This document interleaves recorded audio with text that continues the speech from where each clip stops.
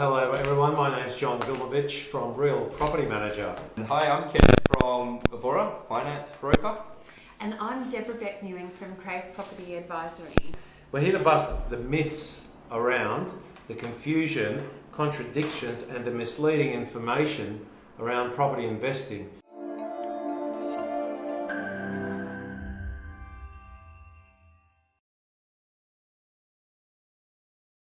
Well, first of all, we have to think about who is actually saying it, and where we're hearing it most is in the media. Of course, the media is in the business of selling newspapers and getting you to listen in on the radio or other places. And so they're really just trying to grab emotional headlines.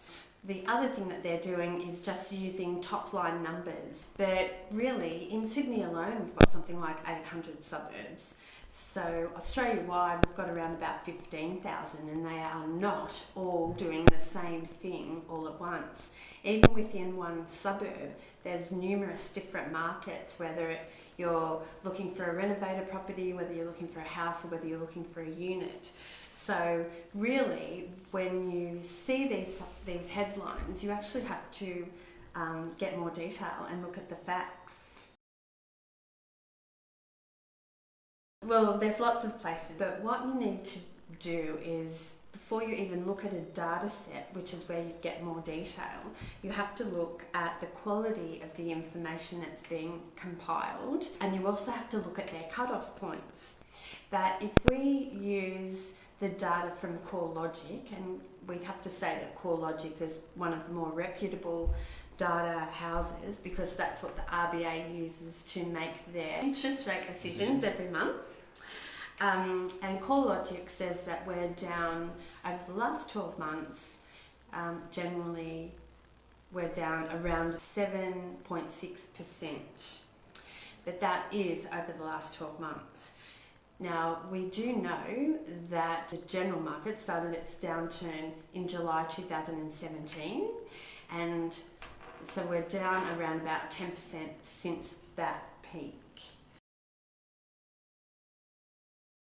What we're expecting to see generally in the market is we're expecting just a little bit of a kick up by around about 2%, and then we are expecting to see a flat line.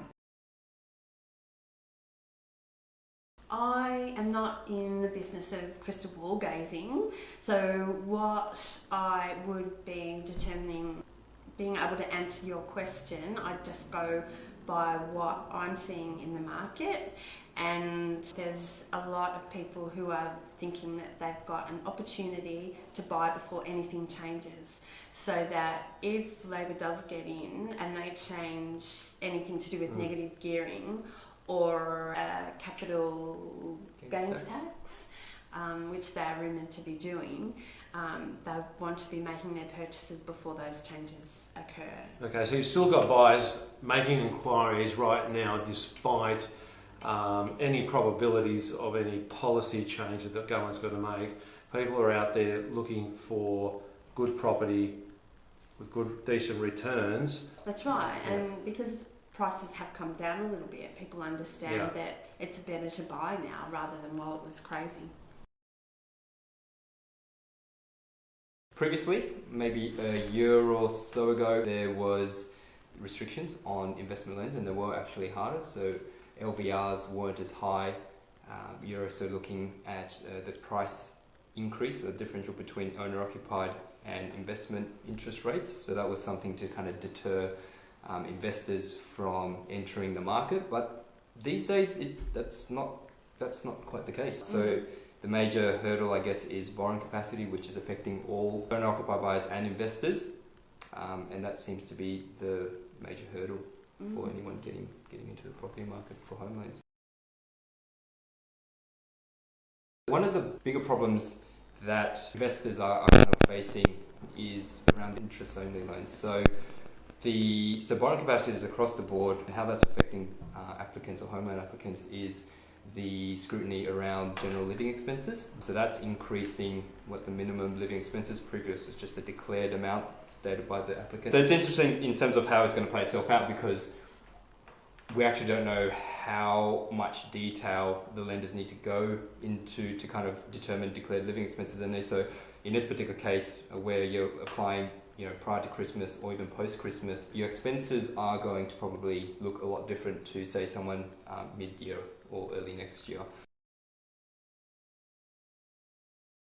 Generally speaking, quick turnaround would be anywhere up to like 3 to 5 working days from lodgement to getting an unconditional conditional approval. But it was being pushed out to 7+, even further than that. And from my understanding, it was primarily caused by the uncertainty and the lenders trying to, figure out or feel their way around how much they need to determine the living expenses, because a lot of the information that's given is I guess guides. It's not very clean cut. So the information would be something like, make sure that you declare living expenses as correct. And that's quite a broad statement. Do you look back 3 months, 6 months? Do you annualize it? So it looks like they're leaning more towards 3 months. So it's good to definitely keep tabs on how you use your transactions accounts. The only real challenge for investment loans is the interest only. It's still a restriction on supply of interest only loans, 30% for new borrowers. Regulators just wanting to push borrowers and applicants towards principal and interest repayments. The reason why, and it hasn't been the case for a while now, and that probably was marked by APRA removing that 10% investment loan cap. So what they did was, about approximately 2 years ago, they put in a 10% cap restricting the amount of investment loans that could come out. They realised using the data that the investment loans were only growing by 5%. Yeah. So that's why they made that announcement a couple of months back saying, look, it's kind of hit its shelf life, it's probably time to pull it out. But it's done its job in affecting investment sentiment from the clients that I'm talking to. I predominantly work in the Sydney metro areas, so my marketplace, Sydney Metro Market, and there's certainly been change to the rental marketplace that I've seen over the last, I want to say 12 months, probably 2 years. Statistically, rents have been sideways for the last 5 years. Wow. So there really hasn't been much movement, despite the media at times painting a picture of this kind of crisis on affordability and the rents are skyrocketing. In fact, that rents haven't moved at all, and there's a few factors for that. But even in the last month, I've got the latest October 2018 rental data from rent.com, which is a provider of specific rental data itself, that both Sydney apartments and houses have basically zero change, as you can see here, zero in the last month. But it's been like that for quite some time now, and we're kind of expecting that through to next year. And there's probably a few reasons for that. So number one, wage growth. They're going nowhere. The disposition between salary earning and rents going up has increased because simply you cannot justify increasing the rents because they're just not being able to be met. So the market sort of reacted and said, well, no, if wage and salaries aren't increasing, then my living expenses are capped. And so I'm not willing to pay any more rent for a property out there, and the market hasn't reacted favourably to that. The other thing that's obviously been going on is a building and construction boom for the last decade. So we now find ourselves in the city, especially in the Sydney metro market, in an oversupply situation, especially in the apartments. And it's actually showing in the data here already that just under 13% increase in apartments that are available in the marketplace around the Sydney metropolitan area, and not so much obviously in the houses because they're not building houses anymore. So there's been a 3.9% increase in housing stock. The apartments are 3 times that level. So the availability of rental apartments is far and wide through the Sydney marketplace, and there's certainly a downward pressure on rents in the apartment market right now. So tenants have choice, tenants have availability, and it's actually taking 23% longer to fill a rental property than this time last year. If you haven't heard already, New South Wales government passed the 2018 Tenancy Review Bill. So that was after about a 3-year process and stakeholder consultation with landlord and tenant groups and social housing groups. And they basically have tightened up the tenancy legislation pretty much more in favour of the tenants than the landlords. But this is always the case with such reviews. And so there's about 30 reforms in this review that got passed on the 25th of October last month through Parliament unopposed.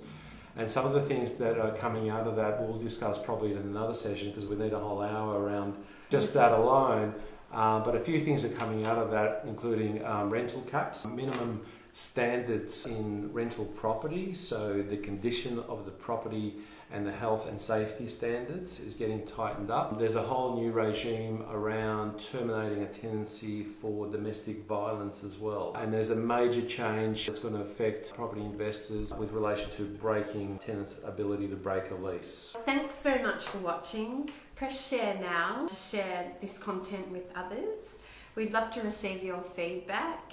So please join the Property Mythbusters group and send us some questions or myths you would like busted.